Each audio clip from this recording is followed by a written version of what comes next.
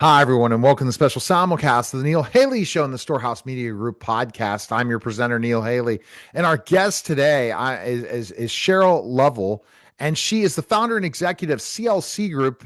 I love highlighting entrepreneurs. How are you, Cheryl? Thanks for stopping by. I am great, thank you. I'm glad to be here. So, talk about your story and how you became an entrepreneur. How did that all start for you?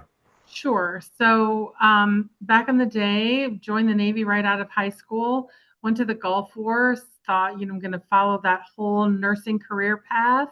And then when I got out of the military, there weren't any real nursing jobs available early in the 90s. And it was really a struggle to get into nursing school, to transfer nursing schools, things like that. They thought there was going to be too many nurses back in the day. And so crazy times.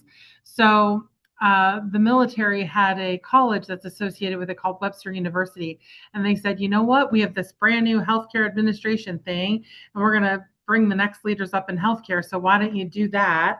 And so I ended up getting my degree in business and healthcare administration, and I got my master's in business and kind of never looked back. And I've loved the business of healthcare ever since, and worked for people and thought I can do such a better job on my own, and kind of ventured out on my own, had my own home health, hospice, private duty companies, palliative care companies.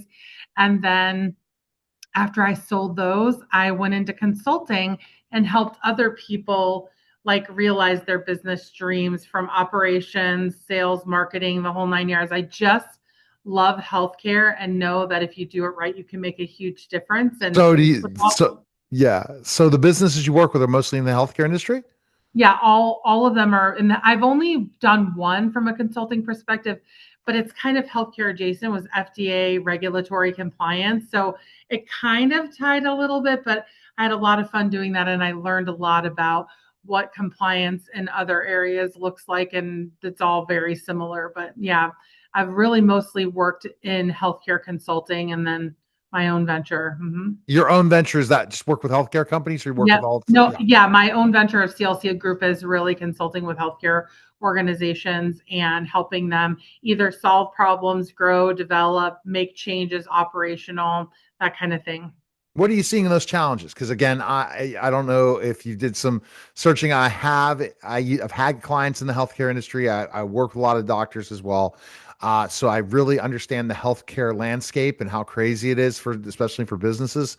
So what Yeah. are you seeing when you consult? What is your goal? Looking at the health insurance side or the whole everything? It's really the whole operational picture. Like, what is the owner or the operator's goal? What is the best way to get to them the goal? Is it operational reorganization? Is it development? Is it marketing? Is it presence? Is it Oh, acquisition? Is it buy, do a new startup themselves? Like, it's all of the in what the current client is looking for. And then then I like look at it and say, here's where the gap is, or here's where your biggest opportunity is. It could just be a leaky bucket and you need to plug right. the hole, or it could be just a whole new opportunity. So thinking about the healthcare industry, because I want to jump. So what types of healthcare do you work with? Like what types of I, organizations? Yeah. Mhm. like post-acute care, home health, hospice, private duty home care, palliative care, assisted living, independent living, skilled nursing Oh, facilities, wow. anything in Okay. that post-acute But space. they're really understand, but they don't understand the layout of how to do it, especially home health. Especially if you're one of those home health providers. I worked with a company, a former client of mine was Feldcare. I don't know if you've ever heard of Feldcare. And No. they basically did the home health stuff. So they Right. basically they subcontracted with other organizations, the bigger ones to do the home health program. Mhm. So I'm familiar with that, but I'm familiar with all these things. What do you think are the biggest challenges when you find somebody to consult with them? What are they saying? You said marketing, but it's a different type of marketing, right? It is, 'cause it's more B2B than B2C Right. marketing. So like it's really tackling how, because it's a B2B trusted relationship, but then you also have to make the relationship with the client, right? So that's the toughest translation sort of in the marketing and sales from that perspective. And then how do you get to the B2B? Because it's more hands, it's more live in-person marketing. Everyone's trying to create the sales engine, what's going to do it, what's going to touch that. And everybody's trying to figure out if there's like a, the silver bullet that's going to do it. And everybody's trying to work that out. But it's really those interpersonal relationships. And how do you keep that going with technology advancing, AI advancing? Is there any way that stuff comes together? So it's just trying to figure out what the best thing for that particular program is. So are these pretty big organizations you work with? Some of them are very big. Some of them are very small. I've done from startups to, $150 million organizations annually. And what do you see that's the similarity between those two? I think the similarity is really just the risk adverseness of anyone in this industry, because right now we're dealing with all this fraud, waste, and abuse, and the moratorium that CMS has put in. So everyone who is a really good operator is pretty risk averse, right? They're not willing to, take chances on things that are not going to guarantee them an outcome. And this is a really difficult business. You have to be a little bit of a risk taker, not throwing away the rules, but making sure that you're really challenging yourself to either level up or, moving forward in some way. I see. So interesting. So it's the risk. So who do you see the people that start these companies?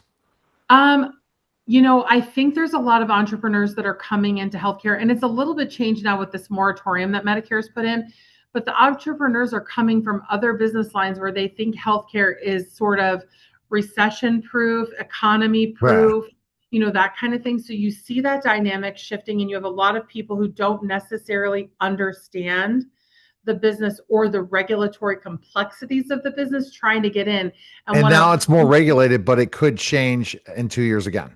Right. We could see this explosion in other things that disappeared for 3 or 4 years. That's why you always have to be willing to shift your focus and your changes. And that's what you do as a consultant. Come in here and say, hey, things have changed. Sure, the compliance things, especially if they're a newer company. So you see people not in the healthcare industry that started healthcare business. Yeah, because they think it's like all that proof, like it's recession proof. It's economy proof. It's, it's not. If you have the money to invest in it, or you can go out, get money, you see that. But then you look at things. I think a home health is an unbelievable opportunity investment because it is with the regulatory component. I think people are like, oh yeah, we're going to do with this and we're going to get into it. But it is so regulatorily complex. Home health is of all the post-acute businesses, I believe is probably the most regulatory, not only regulatory, but payment complex, because it's not a standard payment, right? Like so if you're going to try to pay your staff, you're waiting for so much time to get paid. Well, and it's not even that, it's how you get paid. How you get paid is made up by a multiple myriad of factors. It's not like in hospice, you're paid every day the same rate, for providing the same care. In, private duty, you're paid an hourly rate. In skilled nursing, you're paid a DRG. It's a little bit similar, but home health is probably the most complicated because you have to do an assessment where you guess the needs of the client for the next 2 months, and you get paid on your guesses. What if your guesses are wrong? And that's where and then the other challenge in home health is finding people to work it. That's what Feldcare was going through. Hey, how can I find more OTs, PTs? It was not very easy. It was a very challenging thing. But I'm intrigued because there's so many different things in healthcare.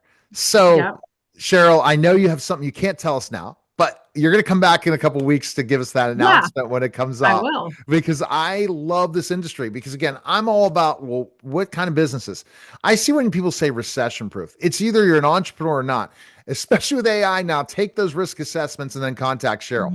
Because bottom line is you're gonna see, you think it's simple and things change, and this is what you keep up all the time. Where can people contact you, Cheryl, if they're like, especially if they're in that B2B range and they're saying, I'm thinking about looking into a business like this. I'm thinking about, I do consult with a business like this, meaning maybe they're marketers, maybe they're some salespeople, maybe they have some AI operations, but they say, hey, Cheryl would be a great contact. What can people do?